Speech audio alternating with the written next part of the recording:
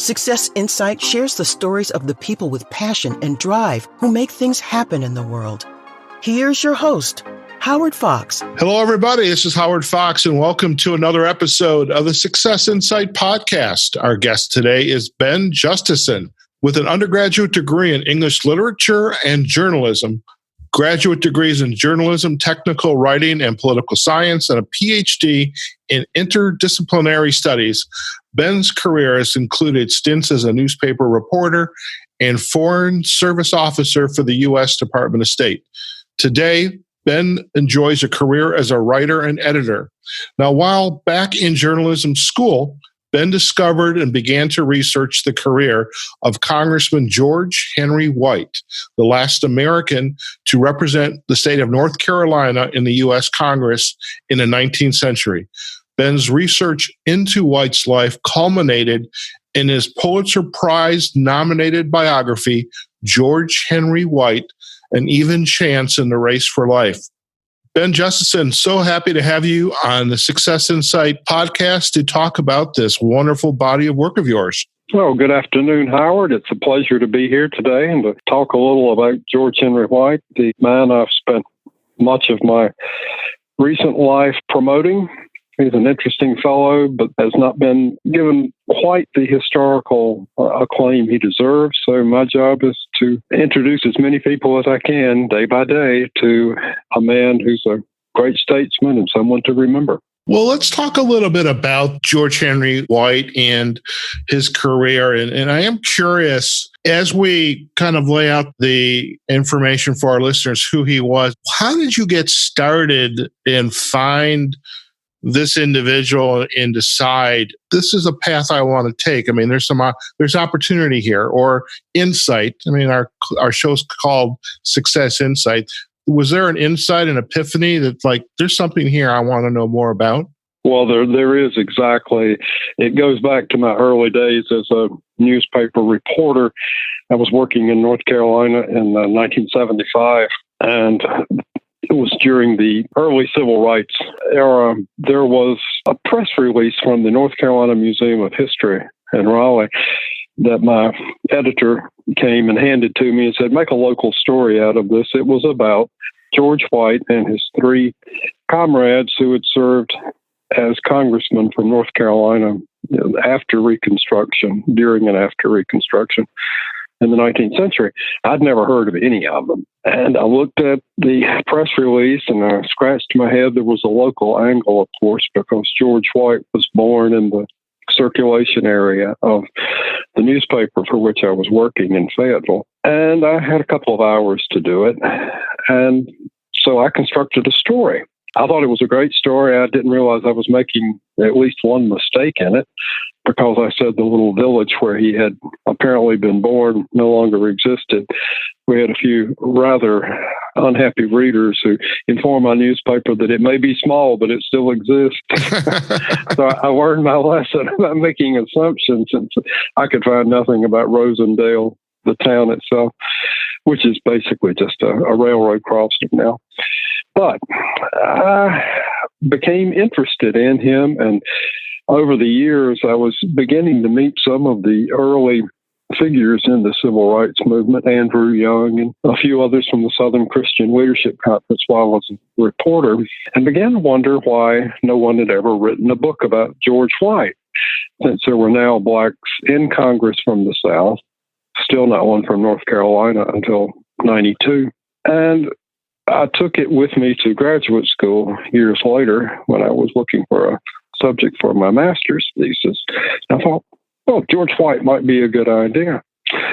I never finished the thesis, and I left graduate school to join the Foreign Service in the 1980s, but I carried the notes from my work into his life around the world with me in a footlocker, and occasionally took them out, dusted them off, looked at them and said, aha, one day somebody's going to write a book. That somebody was me.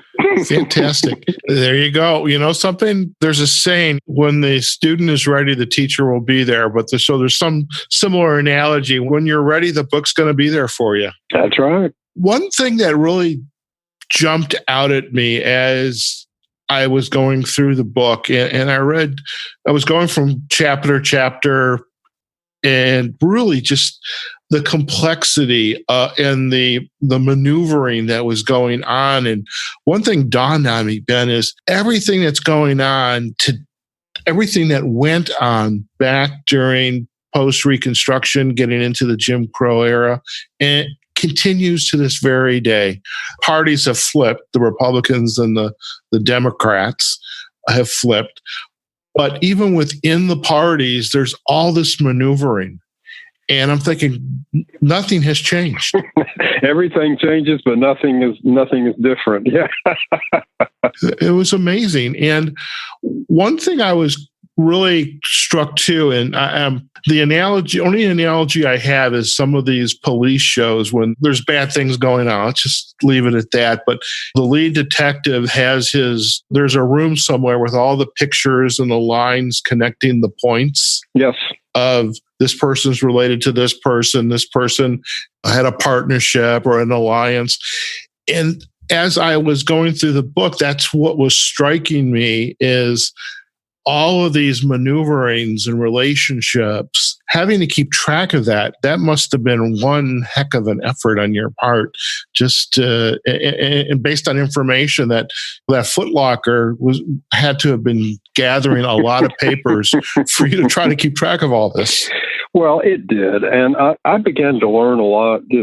One of the marvelous things that any historian can tell you is that the more research you do, the more questions you have.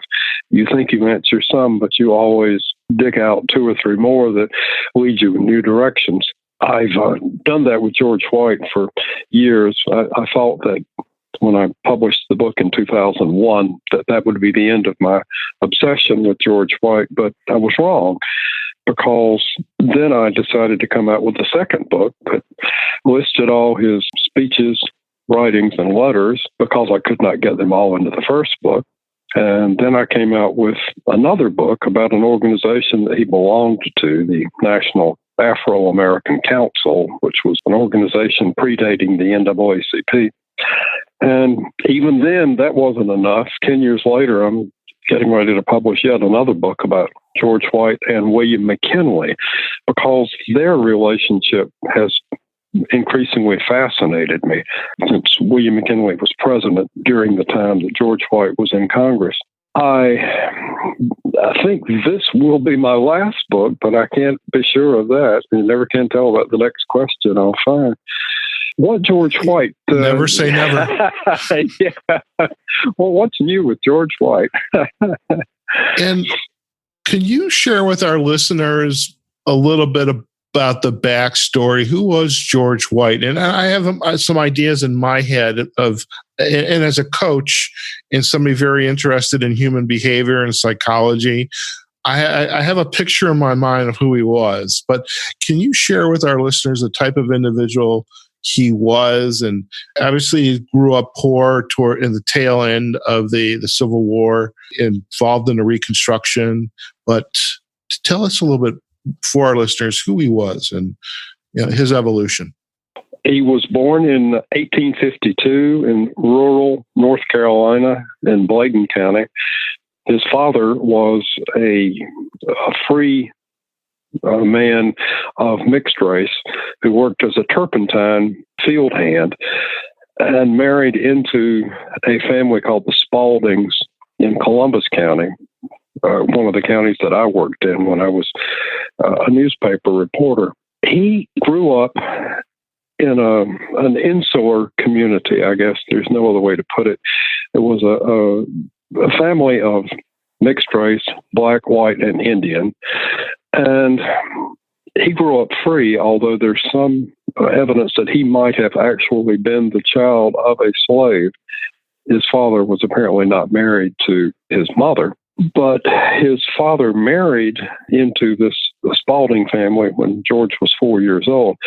And at that point, I think everything changed, because George White was suddenly exposed to a not prosperous, but more comfortable existence, even within the confines of pre-Civil War segregation. He was allowed to be educated, by his parents if they hired the school teachers. There were no schools that would cater to black students. And while he'd work in the turpentine fields by day and come in at night to go to school, or 3 or 4 months a year when school was possible, when the fields weren't calling. He first went to a formal school in 1868, 1869, something like that, when a Freedmen's Bureau school was opened near his home. And he apparently was considered such a bright and engaging young man that one of the itinerant teachers who came through and taught for 3 or 4 months, opened a teacher training school about 50 miles away and wanted George as a student. So he sent back for him, and that began this long process of his gaining his own education, going to Howard University right after it opened, and eventually becoming a lawyer.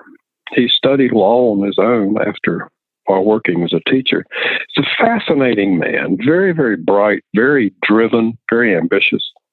And I attribute much of his success to his stepmother, who absolutely wanted him to get every educational advantage that was possible.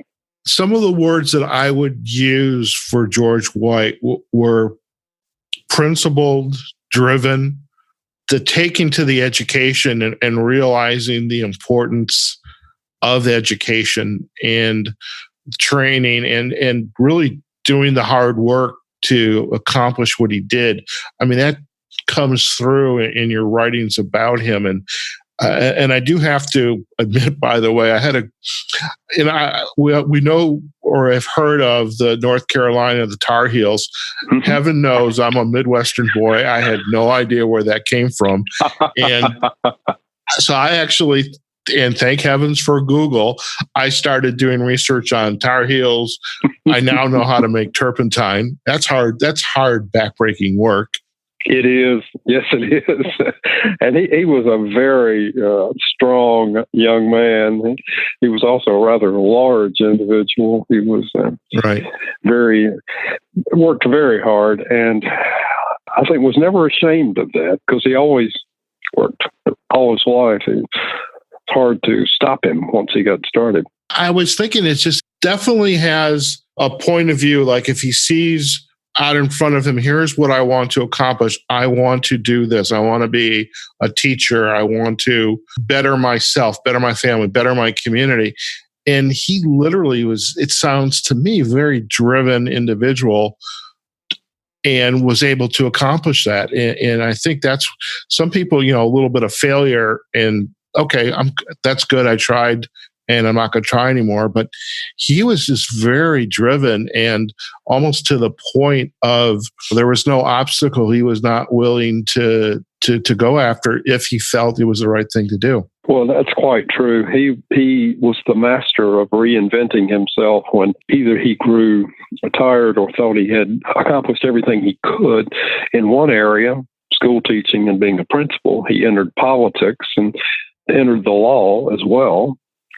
And then he said, well, why not be a public servant as well? So he happened to be lucky enough to live at that time in a small city called New Bern, North Carolina, on the coast above Wilmington.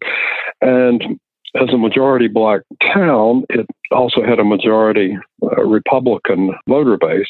And they said, George White, he was like a good possibility. Let's put him into the state legislature. So they did.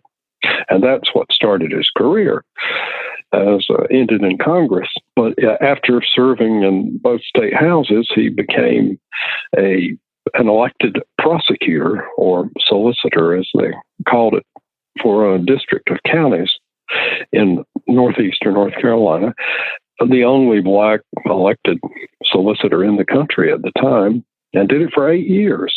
So at the end of that, he decided he wanted to go to Congress.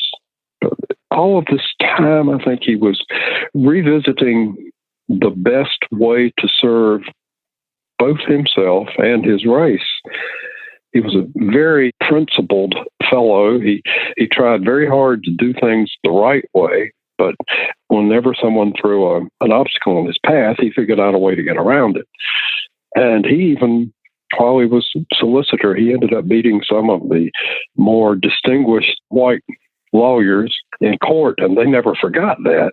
They're thinking, wait a minute, this is just some kid from the swamps of southeastern North Carolina. How did he get to be so smart? And he just kept on going. He said, and this is my mission is to serve my people and others, not just blacks, but all North Carolinians in any way that he could. One of the things that I find amazing, and the book title, it really brings it out, is that George Henry White, I don't know what you would call the secondary headline, an even chance in the race of life. And at the end of the day, that is what he was looking for. I just want to be recognized for who I am, my capabilities, my strengths, the things that I am bringing to society, to my people. Yep. And when faced with obstacles, as you just said, he would find a way around that obstacle. He did. He was truly an amazing fellow.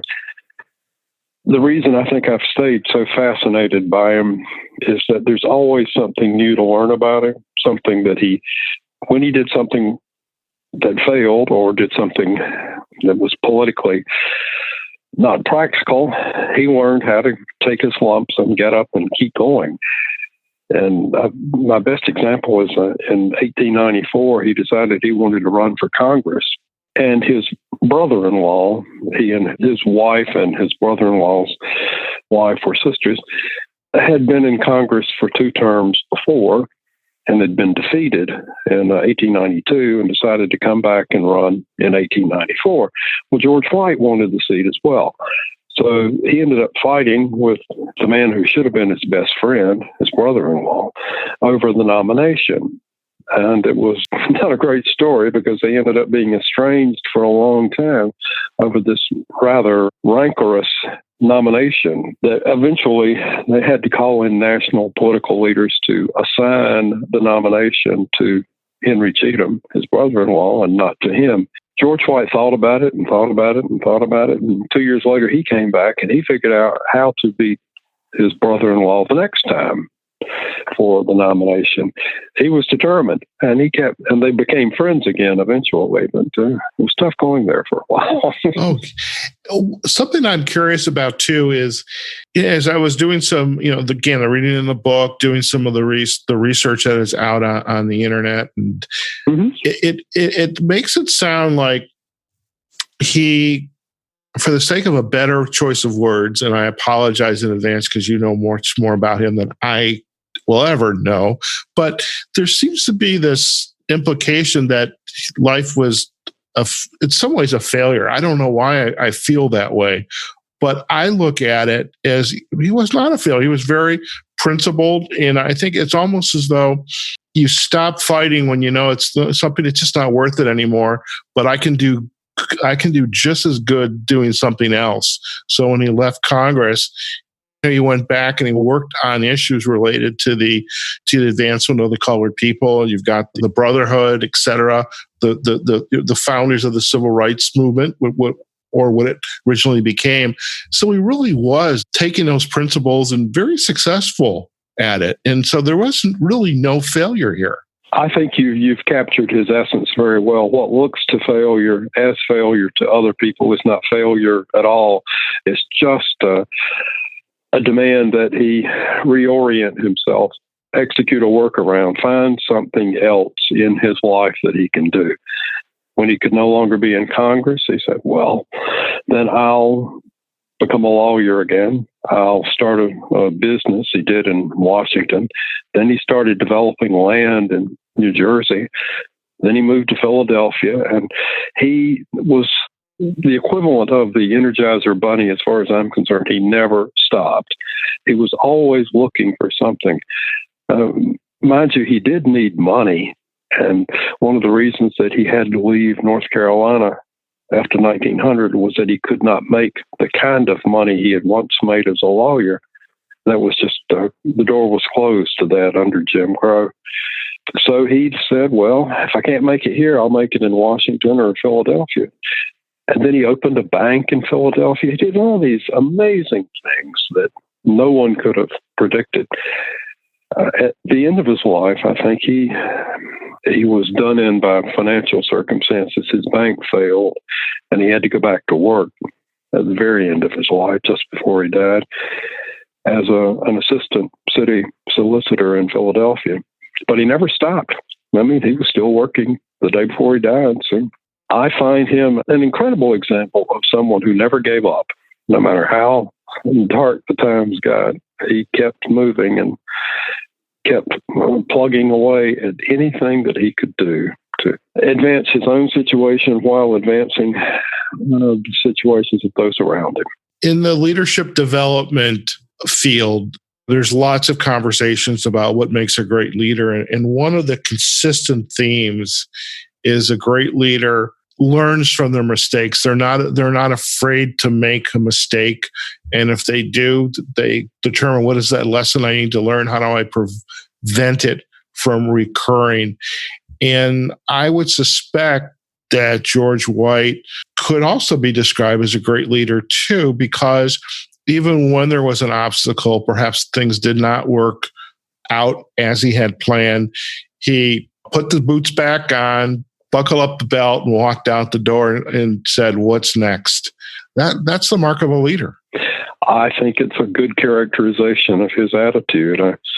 I know that he did try to go back into politics one time after he moved to Philadelphia. A congressman in Philadelphia died, and they had a special election. So George White decided he would seek the Republican nomination. He did not get it. There weren't enough voters in Philadelphia to give him the nomination, but he tried his best and said, well, I guess it's just not my time. He had predicted when he was leaving Congress that African Americans would come back to Congress at some point, like a phoenix, rising from the ashes. It wasn't him.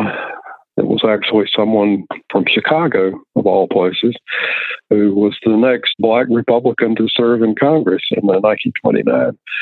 But George White set the pace. Had he not done what he did, I don't think, had he not made that prediction, said, all right, it's up to you. If I can't be the one, then somebody else will have to do it. He's just an inspirational guy, I guess. Yeah. And when the script, the documentary that you produced, which, by the way, folks, will share with you the links to the documentary that Ben produced, American Phoenix, that was produced in 2012. I mean, there's that little snippet there of President Barack Obama. And I mean, you don't get any better than that prediction from George White when you're the president of the United States stating that. I think you're exactly right. I know when the president's office contacted me in 2009 to get a little background information on George White so the president could use it in his speech, I was just fascinated by it, how careful they were to make sure that everything that was going in the speech was exactly right. It was all historically accurate. And I watched it, and every time I watch that little documentary, I see this one wonderful moment when he's addressing the Congressional Black Caucus, and he said, "The gentleman from North Carolina rose to give this speech at the end of his career." And I'm thinking, if he could only have seen 100 years in the future that his words were in fact true, he wouldn't have believed it. Or he might have believed it, but he would have been shaking his head going, I never thought it would go that far. It actually brings up another question is, your second book was in his own writings, speeches, and letters of George Henry White. Yeah.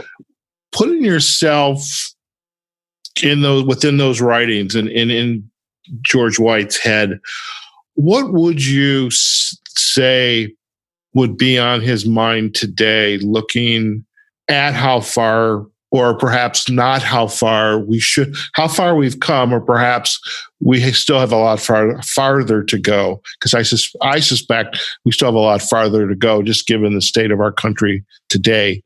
What do you think he would say, just based on what you could glean from his writings?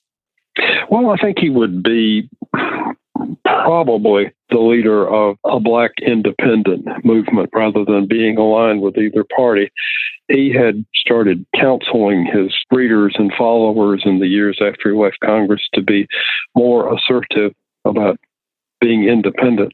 Although he was a Republican, dyed in the wool and would never leave, he understood that many Black voters were starting to drift away from the Republican Party. And he wanted people to maximize their leverage, to use independent thought. I think he would probably say something along that line today. Don't be too sure. Don't paint yourself into a corner. Make yourself at home in both parties and as independents. I think he would be very surprised to find that almost all Black voters today are Democrats. He would understand why, but he would still be surprised. And he would say, you may not have taken my advice quite as liberally as I wanted you to. You've gone from one side of the spectrum to the other. I think he'd be fascinated by the number of Black officials in the South and very saddened by the fact that we don't seem to have moved as far past the racial divide as we thought we did. He would probably tell people to stress getting an education. He would push them to obey the law, not to break it. And when it's wrong, protest against it, yes, but keep obeying it until it's changed. His advice would probably echo a little bit of Martin Luther King in that respect. Civil disobedience is fine, but you must pay the consequences if you really want to make a difference. And I think he would want, most of all, people to work as hard as they possibly can. I do. He was not a fan of anything like the welfare state, and he believed in self-help. He was an entrepreneur, and he would never have taken help from anybody, although I think he would understand why people need government assistance occasionally. He would say, take it for a short time and get off it, because you'll never make anything of yourself. That would be his attitude. And that might perhaps put a target on his back from some of his fellow leaders who would say, aha, you really are a conservative at heart, aren't you? And he was. He was a conservative man. That's another description that was coming across to me as going through the book, is that conservative leanings, definitely the believing in the education, hard work, perseverance, persistence. And also as a coach, I do a lot of work with personality instruments. I use an instrument called the disc. I don't know if you've ever been exposed to it. Yeah, I have. I'm thinking, what disc preference would George Henry White be? And I was thinking probably somewhere in the C, conscientious, maybe leaning a little bit more towards the dominance, the D, because I think he had a firm belief in what is right and what is wrong, and really expecting others to behave the way he would want them to behave. I think you're right. He was not a punitive fellow, but he had been a prosecutor, and he certainly had no problem with putting people in jail when they did things that were wrong. But he wanted the process to be fair, and I believe he was one of the reasons he was so determined to end lynching if he could, because he thought that was the most unfair thing that this country could do, was to take somebody's life without benefit of a trial. He always said he favored capital punishment, but only if you had a fair trial. So, Ben, let's talk about what's next for you in the life of George White.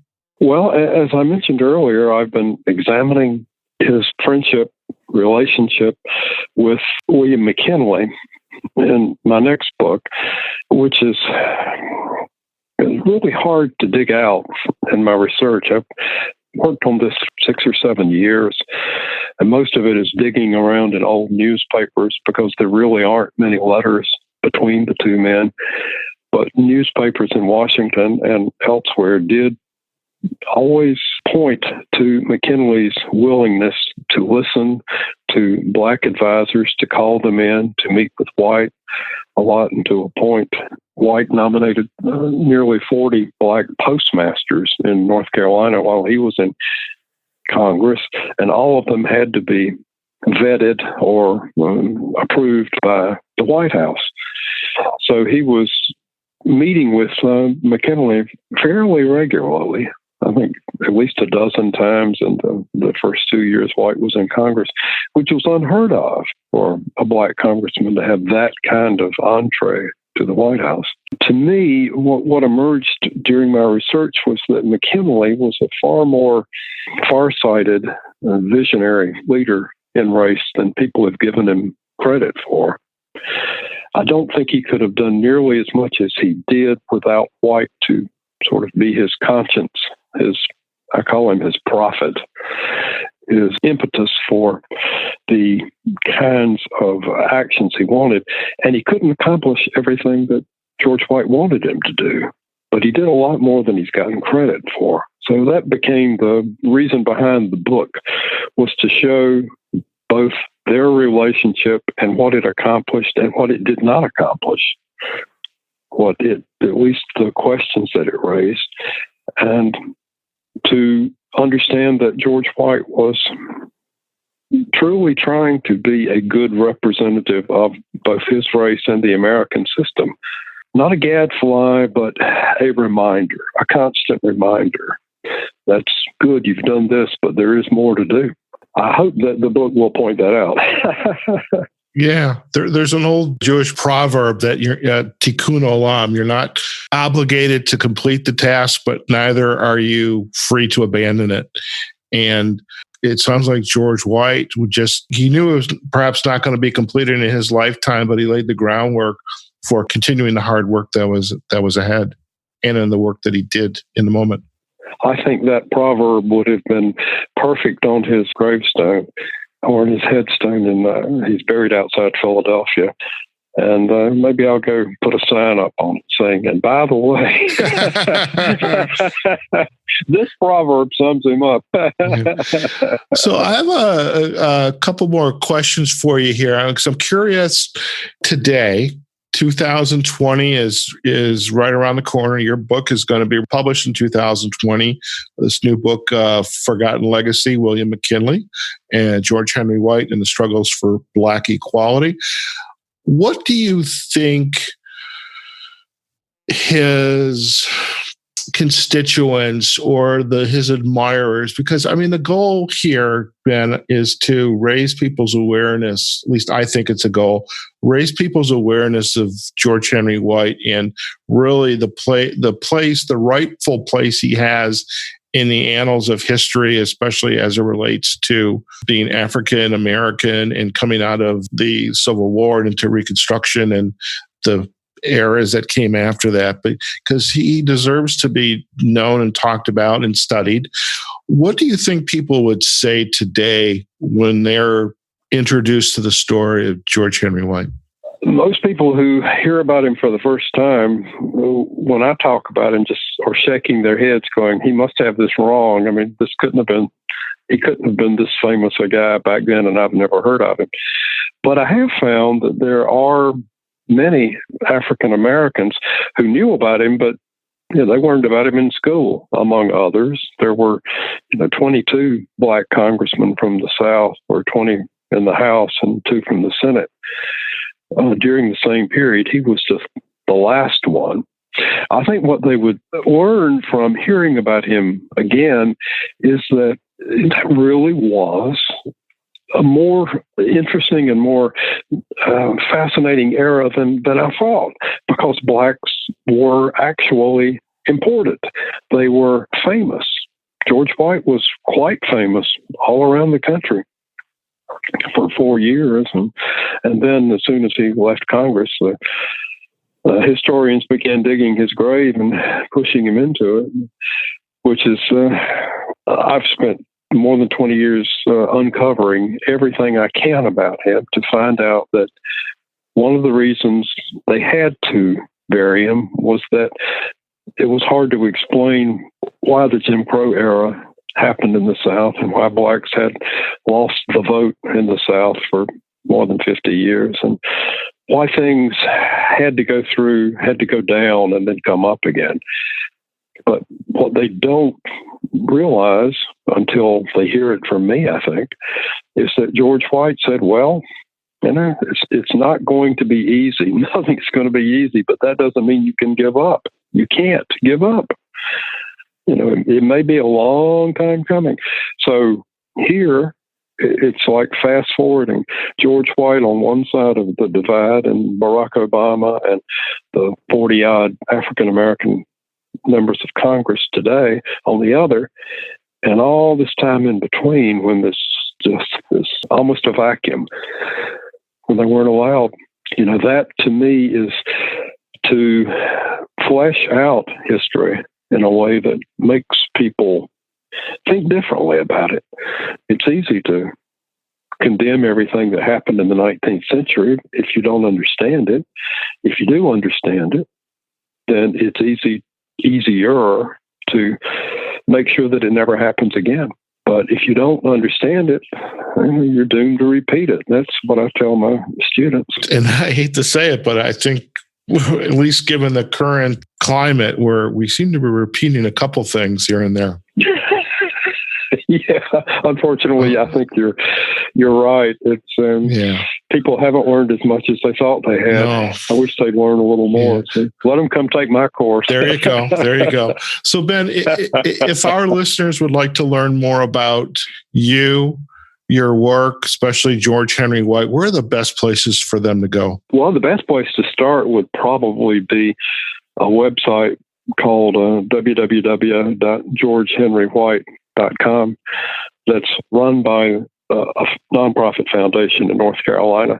I write for it as often as they ask me to, and we have many things posted, biographies and past stories about him.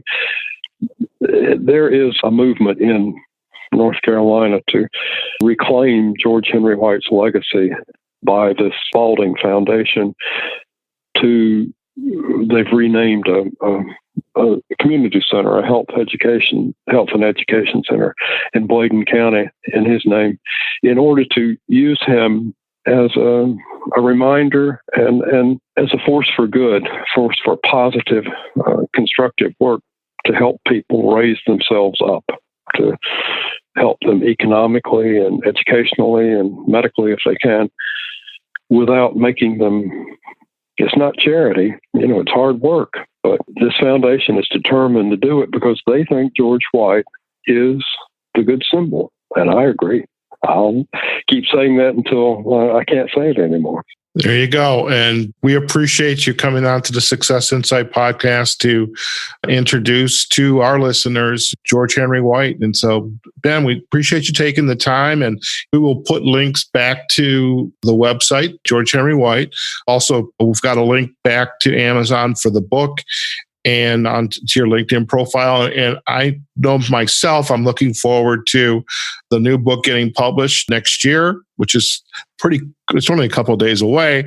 And so we'll get you back on, hopefully, so you can talk about George Henry White and the relationship with President McKinley. Hopefully that'll be in the cards in the future as well. So thank you so much. It was a great conversation today.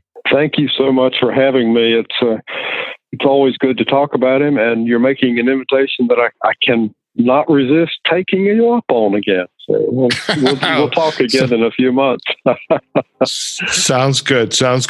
Folks, there you have it. We have been chatting with Ben Justesen. He is a historian, a writer, editor, and we have been discussing really, I would say, almost Ben's life work, which has been into researching the life of George Henry White. And the book is George Henry White, An Even Chance in the Race of Life. And just a great, probably one of the first autobiographical novels I've read, believe it or not, in all my years.